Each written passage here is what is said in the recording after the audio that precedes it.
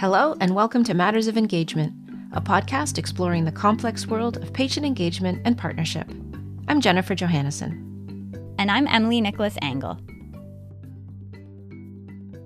We've been keen to do an episode on lived experience. It's a term that's frequently used, and there seems to be a common assumption about what it means and what it signifies. But at the same time, it's rarely defined or interrogated as it pertains to patients and patient partners. It's a good point of inquiry for us because it's often the basis for justification as to why patient partnership is so valued. Patients possess this all-important lived experience, which most experts don't have. They have skills and training and education, and typically have experience only from the treatment side, not the patient side. So yes, it's a rather obvious statement to say that patients and experts have different experiences and perspectives. And we don't find that problematic. What we do find interesting is that the term lived experience seems to mean something significant beyond just using it to describe a person with a particular health background. And that it does some kind of extra work when used in particular contexts. It's become shorthand for something, and we're curious about what that is. Getting a better handle on how the term lived experience is used is one of our goals for this episode. It's less about defining the term and more about trying to understand what it signals and what it accomplishes and for whom. But we're going to save that discussion for later in the episode. We thought it would be helpful to first set the stage, to hear from an organization that is known for its strong commitment to both engaging and embedding people who have lived experience. The organization is SKIP, Solutions for Kids in Pain. They're a CIHR-funded scientific network that translates and disseminates research about pediatric pain. The high value they place on lived experience permeates everything they do. And we wanted to hear from them, not only why they think lived experience is important, but also to find out how it shows up and, let's say, gets utilized within their organization. After our interview segment with Skip, we'll shift into our own discussion about use of the term lived experience and consider it in the wider context of patient engagement and partnership. The term is so widely used, and it's used in such a way that it suggests we all know what it means and we all know why it's important and that we all agree it's necessary. Which to us is a good flag that we should maybe hit the pause button and talk it through. We think there's value in clarifying the term, understanding what work it's doing, and investigating some of our assumptions around it. Let's now hear from our guests. Katherine Dib. She was hired as SKIP's Patient Engagement Coordinator, a role reserved for someone with lived experience of pediatric pain. And Birnie, SKIP's Assistant Scientific Director. We wanted to get both perspectives. What is it like for Katherine to work in a role that has been designated for someone with lived experience? And from Katie's perspective, why it is so important for SKIP to create and fill this role. First, here's Katherine, explaining how she first came to work at SKIP. Hi, my name is Katherine Dib. I'm the Patient Engagement Coordinator for SKIP. I actually was working on a patient engagement and research project with our now Assistant Scientific Director, Birnie. That's how I got introduced to Christine Chambers, SKIP Scientific Director, who asked me to become a patient partner for the network. So I did a few activities with SKIP, the launch event in Halifax, and then when it came time for a one-day conference event, Erin from our team reached out to me over the phone to see if I'd be interested in just attending as a patient partner. With a little bit of chats back and forth, she decided it would be great to create a role for someone with lived experience to coordinate all of SKIP's patient and family partners. And I have to say I was so excited because right off the bat, she said they would do everything they could do to be accommodating. And up until then, I had had a few jobs in university and I had to give them up because of my pain. So for once, I thought it was very interesting that I was being hired for my experience with pain instead of in spite of it. That was Katherine, and now here's Katie with a bit of background on SKIP. My name is Birnie. I'm a clinical psychologist by training. I'm an assistant professor in the Department of Anesthesiology at the University of Calgary. I'm also assistant scientific director for SKIP. And I also do a little bit of clinical practice as a psychologist at Alberta Children's Hospital, primarily with youth who are living with chronic pain conditions of some sort. So there's an incredible amount of research evidence and knowledge about how to manage pain well for kids, from procedures to chronic health conditions to surgeries. But there's a huge gap between what families and parents actually know, and also what healthcare providers know, and even some of our health policies. So we are a network across the country. We do all of our work in partnership and in partnership with other organizations and with people with lived experience to really bridge that gap through any sort of collaborative activity. So let's now hear from Katherine about the role of patient engagement coordinator. They were kind of starting SKIP from the ground up and looking for ways that they could do better and better at engaging people with lived experience. And that included like hiring someone with lived experience rather than only having patient partners, which again, it's great that they have patient partners because not everyone even does that portion. I manage the patient and family partners. So that seems like a small role, but we actually have over 80 patient and family partners who signed up with us. So I manage the database, all of their information. I look for opportunities to engage them, and I also facilitate ongoing relationships between the project leads and the patient and family partners. Most of my role is making sure that they feel valued and appreciated and checking in with them, checking in with the project leads. I don't get into the nitty-gritty as much with the project. So I do find there is a balance of making sure that I'm up to date on what's going on in projects, but also not being inundated with emails. It's more so making sure that everything is going well on the patient partner side. Katherine's job of patient engagement coordinator requires a good amount of organizational skills, but it also requires strong communication skills and a degree of diplomacy. We asked about some of the challenges or tensions she encounters. And I find this can be a problem sometimes. Patients and families will give their opinions, will ask for their advice, and then it's brought to the organization and it actually doesn't get done. So it kind of feels like they're wasting their voice, which I don't feel like is great for them. I think that it's great for people to feel like we are asking for something from them and we are actually putting it into practice rather than wasting their time. So, but also being said, being with an organization that I think is very, very open, but it is national and we have a lot going on. So there's times when it's not as easy to put something into practice. So I'm sort of that person in between trying to make sure that we're taking their advice and trying to put it into practice the best way we can, but also understanding that it's not always possible, if that makes sense. So it is kind of difficult being that middle person. There have been times where I've had to sort of intervene just to make sure that they know what's going on. So I always want to make sure that they're being updated properly. And I do find that with patient partners, it's great because I've never had an experience where at the end they're like, oh my God, that was terrible. Like never. It's more so like as we're going on, check-ins here and there, I realize that we can be doing some things better.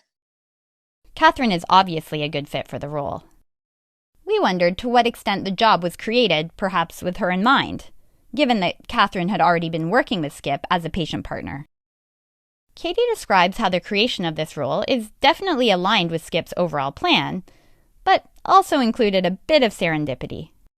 You know, Katherine, her being in this role, I mean, it was a combination of right person, right place, right time, in a lot of ways, right? She had experience with patient engagement before, you know, was connected to our team, our network in some capacity through the work that she and I had done together.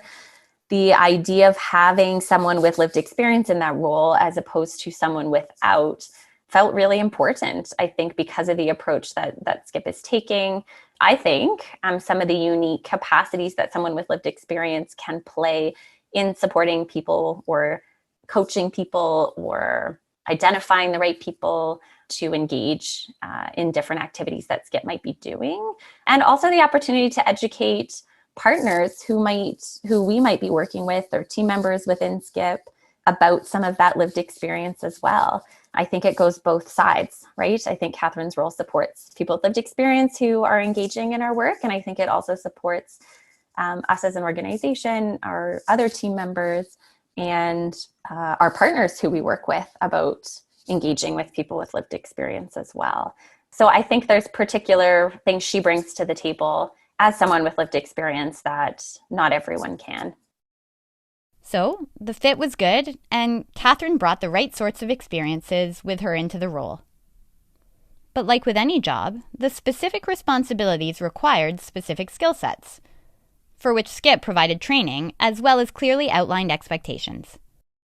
My training came both in the informal and formal sense. So I learned a lot about what it means to be a patient partner on a previous project I did with Birnie.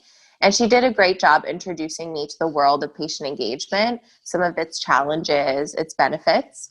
And then transitioning into the coordinator role was easier than you would expect because you learn a lot of those skills being a patient partner. So skills like team building, presenting, collaborating with diverse stakeholders, relationship building, etc. So it helped that Skip also didn't put me in a box. So they helped me learn by leading a meeting. They helped me learn by writing messages to patient and family partners, and then also being there to support me and help me when I had questions. Like you would expect, I guess, for any employee. So making sure that you're there for them, but also giving them the freedom to learn on their own. It is a job, right? So in terms of identifying, there is a formal job description. There are all of kind of the formal pieces that would be in place for a part-time employment position in this capacity, both on the side of the person in the role, as well as on the organizational side. Having those clear expectations around what the roles and responsibilities are, doing a job interview, checking references, ensuring that the person who you're hiring is suitable, to do this job. And I think you said it nicely when we spoke. I mean, Katherine's very competent. She's well-spoken. She's an intelligent person. She has the experience, and the capacity to do this position. And so certainly that's a piece of the conversation. The goal wasn't just to go out and hire someone with lived experience. It's to hire someone with lived experience who can do this job, right? So I think those things go hand in hand from an organizational standpoint. Katherine herself also recognizes the organizational value of having someone like her in this particular role. I think, again, that's where the personal experience, the lived experience helps you handle and encourage people differently. We're not just looking at what can you bring to us. It's very much like, I want to make sure that you guys are okay with everything. I want to make sure that you're comfortable talking about this, etc. We've heard both Katherine and Katie talk a lot about the value of having someone with lived experience in the role. In this particular case, though, Katherine actually has two kinds of lived experience. That as a young person living with chronic pain, and also as someone with experience as a patient partner. As a liaison between patient partners and the research teams, Katherine draws quite a bit on her own engagement experience to help facilitate communications and ease potential conflicts or tensions. So we wondered if Katherine's patient-related lived experience also comes into play as part of the official capacity of her role. Both Katherine and Katie shared the same story about an opportunity Katherine had to provide guidance to another patient partner. Here's Katie's account. I'm thinking of an example recently where with one of our affiliates, we connected her with a youth who's creating some blog posts about her experience with living with chronic pain, and the youth was trying to make some decisions about did she want those series of blog posts to be anonymous versus have her name on it. And I think having someone like Katherine to have those conversations with her is really important, as opposed to having those conversations with the physician or healthcare provider partner that is working with that youth or supporting that youth or to promote and create the platform for those blog posts. I think they had conversations to think through like pros and cons of that. And I think that's really important because any potential power differentials there just are not there the same way, right? That having that conversation with a healthcare provider who, you know, is providing compensation for you to create these blog posts or whatever, it's different. You know, having someone like Katherine to have that conversation with, I think, was really valuable. So listening back, I think this was perhaps a crossover moment where elements of Katherine's personal experience and patient partner experience were both helpful in providing guidance to this young person. Obviously, to be a patient partner is to be someone with lived experience as a patient. And in this case, the boundaries which delineate these experiences are less clear. Which makes our project a bit more challenging. But let's carry on. Despite the serendipity of how Katherine ultimately was hired and has helped to shape the role she's in now, it of course wasn't completely ad hoc or informal. Embedding people with lived experience in paid roles within Skip goes beyond any tactical benefits. It's part of its organizational identity. So it's actually part of the job description that you have to have lived experience either as a parent or as a patient. But that being said, a lot of my role is very much supporting patient partners, supporting family partners, and also supporting people on the team. There isn't a whole lot in the role specifically about presenting or doing a webinar on my personal lived experience. It just helps inform what my role is and what we're doing. Of course, being patients included as an organization and really valuing the expertise and perspective of lived experience has been part of Skip's foundation, right? I think from its initial conceptualization and its design, and people with lived experience were part of, you know, that initial application and conversations around what Skip could look like. This idea of having someone with lived experience support in a more structured capacity, like a role or a part-time job, if we're being really practical about it, has been part of kind of the initial discussions, I think, around Skip as well. Then it became about bringing that to life and who that person should be and what that should look like in a more formal sense. Part of our inquiry about lived experience is thinking about the extent to which it's made visible. When someone is hired into a role with the requirement that they have lived experience, sure, there will be moments of interpersonal connection which facilitate moving something forward. But what are the actual expectations in terms of identifying themselves as someone with lived experience, and also explicitly telling their personal stories in the work context? First, we asked Katherine about her own feelings on sharing her personal story, and asked her to elaborate a bit on what advice she gave to the young patient partner about sharing her story. So I share my story a lot, and I think it all depends on the audience. So I definitely wish that I had been less public in sharing my experience. So when it is at a conference or obviously in my job right now, I do share my experience because I feel 100% comfortable sharing it with our team members. But I wish that in the past, as a patient partner, I had been a little bit more cautious of promoting my personal journey, like more widely, if that makes sense. So it's things where I wouldn't necessarily share with people that I do have chronic pain. So I'm very open in sharing my experience with people in this field. And if, you know, people find out that I have chronic pain, that's totally okay.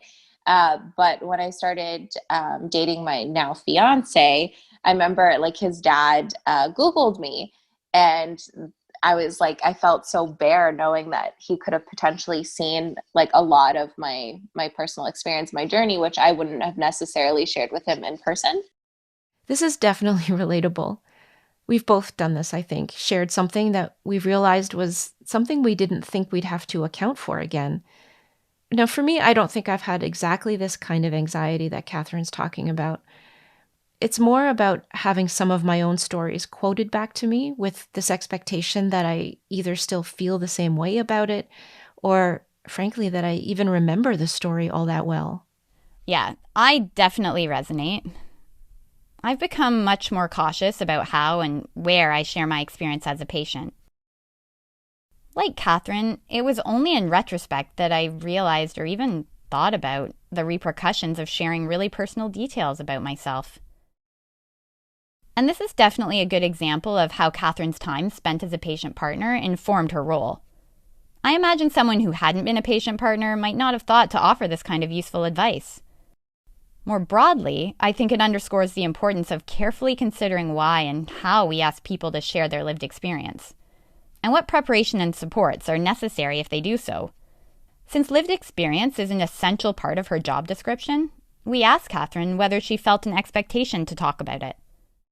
With my role, I actually don't feel pressure at all to share my personal experience ever if I don't want to. I just choose to because I think that it's very helpful for everyone on our team to hear my journey and to hear different personal stories. I think it leaves like a better impact on what we're doing. So I actually find in my role, I'm not expected very much to share my personal experiences, but I choose to just because it is an environment where I'm very, very comfortable doing so. Katherine has found a comfort zone about telling her own story. And based on our conversations, we can, I think, easily assume that Skip is pretty respectful of that and would likely support any employee that didn't want to tell their story at all. Yeah, that sounds right to me. So let's think this through a bit, though. So there's a role created where lived experience is one of the prerequisites, but there's no actual requirement for the person to talk about their personal experience. But let's say the person indeed chooses not to talk about it or doesn't even want to identify themselves as someone with lived experience. My question is that lived experience requirement still useful in some way if nobody knows? Or to put it another way, is lived experience primarily helpful if it's spoken out loud or on display in some way or utilized productively? I know it's a complicated question, and we'll return to this later, but an aspect of it did surface in our conversation. At one point with Katie, we talked about whether this kind of job is on a spectrum of patient-partner opportunities. Like, you're a patient and you have lived experience, obviously, and you become a patient partner, so that's now your role or your label. So in that identity as patient partner, you can be a little bit engaged by, say, volunteering at events or telling your story to a small audience, and you can be a lot engaged by being hired as a fully embedded patient partner assigned to perform certain tasks. So if this is the case, identifying yourself as a patient partner with lived experience is actually part and parcel of the job. And we talked about this a bit with Katie, and it was a little inconclusive, but Katie does refer back to that here, acknowledging that there is an aspect of wanting to draw on the person's lived experience, and that maybe the job itself is indeed on the spectrum of engagement. But certainly her lived experience shows up in terms of how we direct some of our SKIP activities or where we prioritize or other things like that as well. So as you were talking, like there's a spectrum, and I was like, yeah, we still live within the spectrum, within her job. Like her job is not like you just need, like we decide and you work to engage others. Like obviously we want her expertise as someone with lived experience to help us make some of those decisions and certainly encourage her to share kind of her perspective and ideas as well. So on this note, we asked Katherine if she felt any particular burden by being one of just a few in the organization with lived experience. We know she doesn't feel pressure to tell her story, but there's always a risk of tokenism, which we asked her about. Skip is pretty knowledgeable about that one person's lived experience is not everyone's. But I do find myself, I will generalize more than I mean to. So I'll sort of speak on people's behalf that I'm communicating with and stuff like that. So I try to make sure that I don't do that as much. But no, I find Skip is pretty good at realizing that tokenism is a thing and that just one person's experience is not everyone's experience. So yeah, I don't find that it's a huge issue as much. Our overall task here is to think about how lived experience is valued or utilized in this kind of role, and the extent to which it's made a requirement. I have to admit it's still unclear to me, And I think it's because a lot of the value of lived experience is kind of ambient and hard to trace to a specific task or deliverable. And as we mentioned before, it's really not easy to tease apart what is simply patient experience and what is patient partner experience, because one includes the other. But like many in this space, Katherine herself does seem to have an innate sense of the value of lived experience, and expresses it in this way. In my role, I think that it's very important to have someone with lived experience that is actually taking all of the advice and the guidance and the direction and putting into practice for everyday small minor decisions. So I think that those small minor decisions add up, and it actually does impact the organization. And I also think that, like you said, when you're talking about working with administration within the organization, those are not always roles that I think we should be bothering patient partners with or family partners, but we also want to make sure that when we're making decisions without them, that it is informed by what they've told us, if that makes sense. And I think that the best way to do that is have someone with lived experience taking their advice and guidance and working with it. Katherine did have a good example of where her personal experience as someone who lives with pain was very helpful, not just to Skip, but also to people in similar situations. The fact that we pivoted during COVID, everything was shut down. I kept saying, we need to do something, we need to do something, we need to do something now. And I think there was a little bit of hesitation in putting something out just generally and quickly. I think that organizations are cautious about doing that. But we managed to turn around a webinar very quickly, and also the content of that webinar. It wasn't just what I was saying, but the fact that I was in those meetings directed the content and directed who we picked. So we ended up having someone with lived experience. We had a physician, we had a psychologist, and we had a physiotherapist talking about pain management strategies during COVID.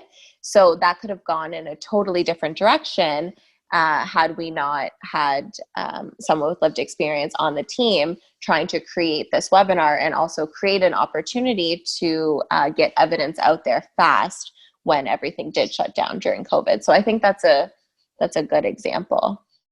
Yeah, I agree. This is a good example. I can see how this was a positive outcome where a person with lived experience is in a position to influence an activity that both supports Skip in its work and also provides something of value to the public. So far, we've only been talking about one role, one job, one person. Both Katie and Katherine commented on the importance of hearing from a range of people, in terms of both patient partnership and also embedding people with lived experience in specific paid roles. We'll hear from both Katie and Katherine about some of the other ways that Skip includes people with lived experience. And our goal is to engage lots of diverse perspectives of people with lived experience. So if we were always asking Katherine to share her lived experience in each of these spaces as part of her patient engagement or coordinator role, it wouldn't meet all of those kind of values around it, but also goals around how we want to engage as a network as well. I think every level of engagement with people with lived experience betters the work that's being done. So Skip has two groups that we consult with, and also that they govern us, who include patient partners on these committees. So the board has patient partners on the board, and the Patient Caregiver Advisory Committee, and we have the co-chairs who have lived experience as well as all of the members. So they let us know what they want to see. And I think in my role, having someone with lived experience put it into practice is also very crucial. So even small everyday decisions can make a difference in what we're doing. So for example, the board specified last year that they wanted to see more patient engagement work being done. And when I was brought on, I tried to find areas where we could engage more patient partners in everything we did. And this year we reported to the board and they didn't have that same critique. So Skip has a number of opportunities for patient partners to become involved in the organization in addition to their patient engagement program. Katie also talks about Skip's goal of including diverse perspectives right from the top on down. Skip, having a co-director kind of approach is part of that. So having a scientific director and a knowledge user director. Although Doug isn't someone with lived experience, I think trying to balance that kind of scientific direction with kind of I was going to use a very like non-public friendly term, but like knowledge user kind of, piece is a part of that, right? To make sure that we're not just kind of taking it from a research standpoint. I think as you identified, having someone like Katherine's role, or patient engagement coordinator role is a piece of that. I mean, being a patients included organization and really embedding kind of that as throughout in our approach as an organization, it certainly adheres to some of that as well. We should also mention that Katherine isn't the only paid employee with lived experience. Part of it is having people on the team that have lived experience. And then the other part of it is having people in specific roles on the front lines, I think. So we actually have a communications person now who has lived experience. So she's actually my age. And I think communications is also a very cool area. So she does all the social media. So she controls the messaging that we send out there to patients and families. So I think that's also a very cool role to have someone with lived experience, and a very important place to have them. Our conversation with Katie included questions about evaluation. Is there some way of understanding the impact of hiring people with lived experience? Well, Skip has a formal evaluation framework, which includes looking at engagement and aspects of partnership. But as Katie pointed out, evaluation occurs across all activities in which people with lived experience are embedded.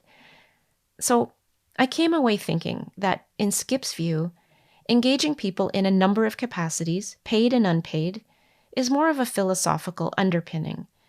It's part of their constitution, and as such can't really be isolated and picked apart and evaluated in an incisive way. Evaluation in this case is probably more focused on looking at areas of opportunity or improvement, and Katie also talked about identifying impact stories. Skip had a lobby day on Parliament Hill in April of 2019, so very early on. And we were a group that had some of our board members, some people with lived experience, youth and parents, some researchers, healthcare providers as part of it. And without question, the most impactful people as part of that day were the people with lived experience, in particular, at the time, a 13-year-old youth who lives with sickle cell disease and pain associated with that. And what we learned from that day more recently is someone who met Adam that day, who works in kind of health policy and that kind of stuff, recently putting together, now this is secondhand, so if I have some of the facts wrong, please forgive me, but was putting together a information brief around a COVID vaccine that would go into the Prime Minister's office and the Prime Minister would see. And she identified, shared with us kind of more informally through a roundabout way that as she was looking at it, she was reminded about Adam and what he said from that day in 2019, and all of the scientific evidence we have around pain management, especially around things like immunizations, vaccines, needle procedures, and wrote in about pain in the policy brief before it made it to the Prime Minister's office. That's huge impact. I'll be honest and very humble in my role as a researcher and a psychologist. There's no way I would have been able to have that kind of impact, because it really was about hearing from the person with lived experience who could speak about the impact on their life that was memorable, right?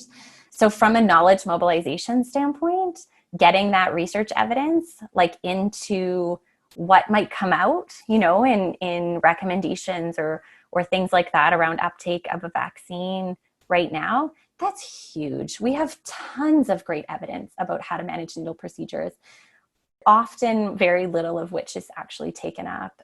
I don't know what more we can ask for, as people who are working to advocate for improved child health and pain management for kids. It's less formal from a research standpoint in terms of evaluating impact, but I think, again, like as a researcher and a healthcare provider, I think it'd be really arrogant for me to think I can have that kind of impact by just quoting some facts. That's not what it's about. It brings things to life. I hope, there's real synergy, right? That Adam is the memorable piece, but it's also backed up by science and research that said what he's speaking to, that's his experience, but he's not alone in that. I'm sure this story is probably just one of many. And it's easy to see how they could add up to something significant for an organization like SKIP.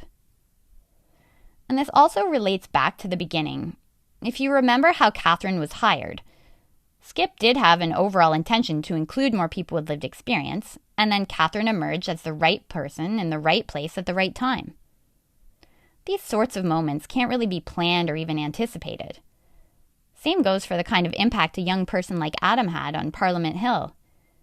Engagement is driven by relationships, and for those relationships to thrive and to potentially have impact, all you can really do is create the environment and set the conditions. And for SKIP, that means committing to engagement in as many ways as possible, including hiring people with lived experience. When you talk about the patient engagement coordinator role that we have within SKIP and how do people listen to that in the room, I think part of it also comes from the culture of the organization, both in terms of the organization's values, its mandate publicly and internally is to value the expertise of lived experience. So, when Katherine has something to say, that's important to listen to, as opposed to, an organization that maybe has hired someone with lived experience, but isn't embodying that in also how leadership are talking about it or other team members are talking about it.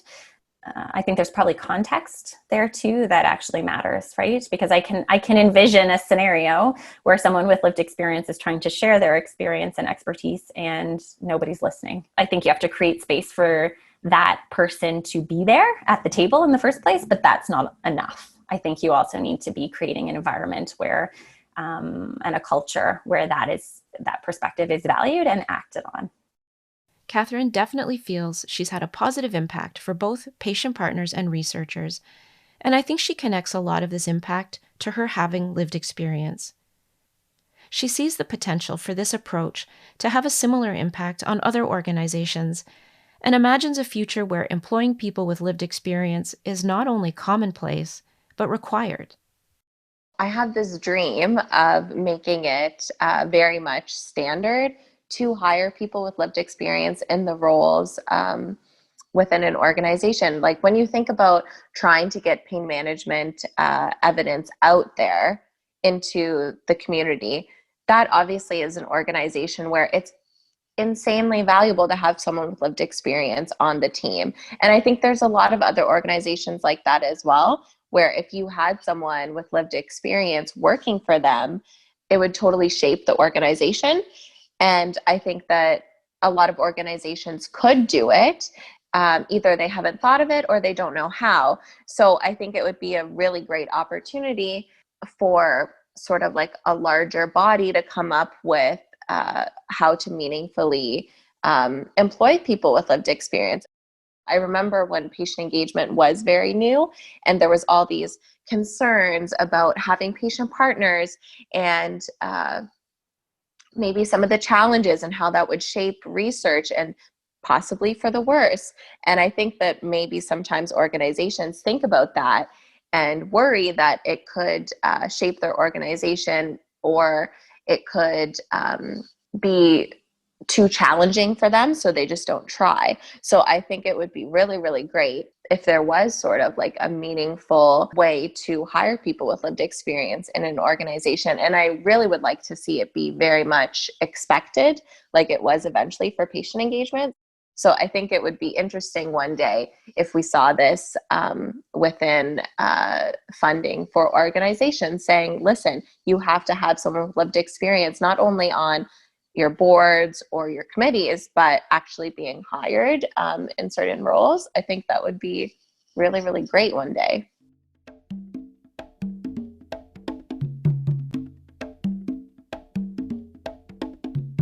Hey, Emily. Hi, Jen. That was a great conversation with SKIP. It was helpful to hear in their own words and from a couple of different perspectives what the value of lived experience is to the organization.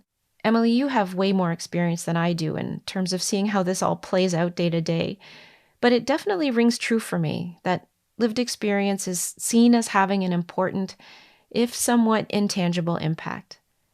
And, this again helps me see why evaluation of patient engagement can be so difficult. Anyway, what do you connect with after hearing Katherine and Katie? In some of the work I do, I also carry this extra job description of having lived experience. Exactly how that lived experience comes into play in my role feels a bit hard to pin down. I know it does inform my work, but it's hard to pull out specific examples of how. I would say that most of the experience I draw on relates to my time as someone being engaged, whether in research or quality improvement or wherever.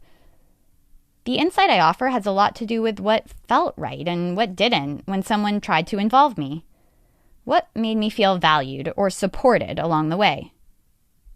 Since, as Katherine described, so much of the work coordinating patient partnership is making sure people feel good about their role, this kind of experience is vastly useful.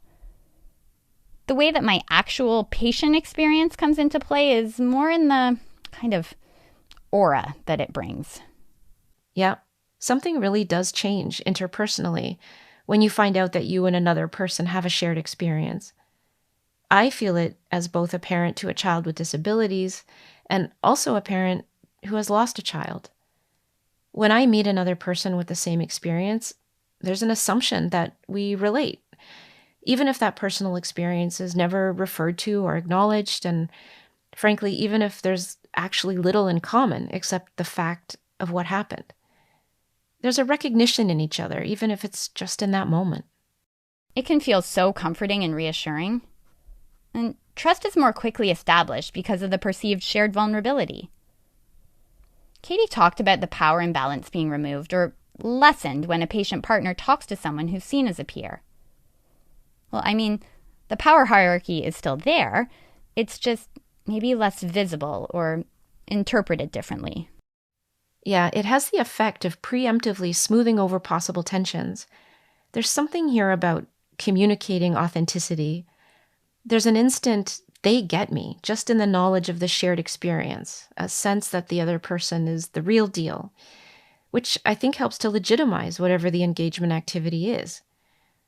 Now, that's not meant to take away from the interpersonal connection. It's just that I think there are many factors at play at the same time.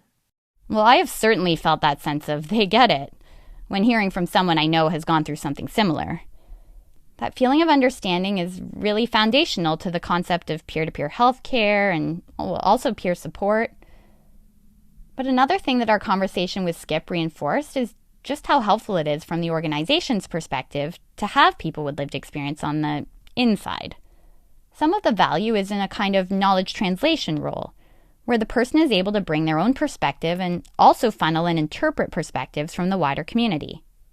Not as data exactly, but maybe as a point of validation. It does somehow seem perceived as more valid when the person who channels the input from the patient partners is themselves a patient, as it were. And then, if the person with lived experience is in a role like Katherine, or I know from some of the roles I've been in coordinating other patient partners, there's definitely that interpersonal connection piece. And this is critical to building trust in relationships, two things we talk about as being essential in good patient engagement.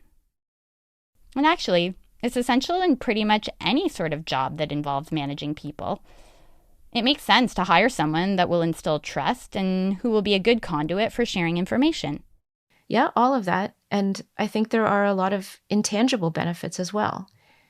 When we talked earlier about the mere presence of someone with lived experience signaling their trustworthiness and their authenticity and shared vulnerability, I think these things all accrue upwards. The organization and its leadership are all seen in this same light as well. Organizations that have a patients-included approach, I think, are seen as, or want to be seen as, more trustworthy and authentic. You used the word aura, which I think is apt. It produces a halo. There's a unique symbolic benefit here. Maybe in some ways even more powerful than the tangible benefits we discussed. I mean, I suppose most organizations don't really disclose the personal backgrounds of their employees unless it's important to their identity or public persona. I actually ask this question sometimes in my consulting work. I pose this thought experiment to researchers. If you couldn't tell anyone about your patient engagement and partnership activities, where would you still do it? Now, I don't do this to imply that there's something inherently wrong with promoting engagement work, but it's important to be clear and to distinguish where the benefits would come from the telling and where they feel like there would be impact specifically on the research. Yeah, one thing we learned is that the term lived experience is actually a well-explored concept academically and can be understood with different inflections when considered through the lens of different disciplines. We found references from philosophy, sociology, linguistics, anthropology, feminist studies, all with well-developed ideas about what lived experience means and what it represents. But it seems that here, with patient engagement and partnership, and probably throughout healthcare, the term just kind of floats around without any of that context or reference to how it's being used. It kind of sounds like it's just descriptive or neutral, but it isn't. No, that's right. It's doing way more work than that. I mean, if we meant to say patient, we'd say patient. If we meant to say person with cancer, we'd just say person with cancer. But when we say person with lived experience, I mean, sure, it means the person has lived through something specific, but it also signals something. It signals authenticity, trustworthiness, and ultimately legitimacy. And that legitimacy ripples up and down between the interpersonal, organizational, and even governmental levels. Maybe there's a broader phenomenon happening, where we place a high value overall on something we might call patientness. It's one of those things that's hard to describe, but I know it when I see it. It shows up when we hire people with lived experience. It shows up when we use specific patient stories to put a face to the numbers. It shows up when we talk about the patient voice. I'm not saying it's not real or that there's no substance. There are definitely productive ways that adding that patientness improves aspects of healthcare. Well, especially in terms of generating empathy or effective responses. Yeah, and I think there's a flip side too. This patientness, this special something, it also treats patients or people with lived experience as kind of an exotic species. Even if they're no longer research subjects exactly, they're still a kind of separate class under a microscope. They're the lived experience people. They bring value just by being physically in the room. I know that patient partners themselves self-identify as having lived experience, and maybe there are times when it's important to make that distinction. But there's an aspect that could be seen as exploitive, especially if patients are utilized to manufacture authenticity on behalf of the organization, which is what happens when efforts to add patientness becomes a checkbox. I think for an organization like SCIP, where their actual mandate is to make research accessible to specific groups of knowledge users, what they're doing makes sense. But their work doesn't happen in a vacuum.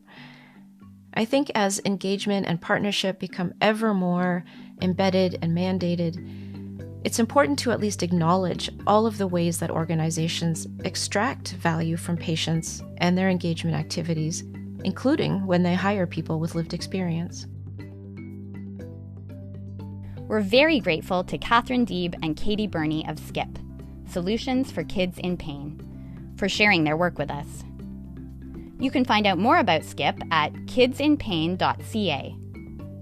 And as always, if you have any comments or questions, you can contact us through our website at mattersofengagement.com. This episode was written and produced by Jennifer Johannesson and Emily Nicholas Engel, with generous financial contribution from the Ontario Spore Support Unit, or OSU, which is jointly funded by the Government of Ontario and the Canadian Institutes of Health Research, or CIHR.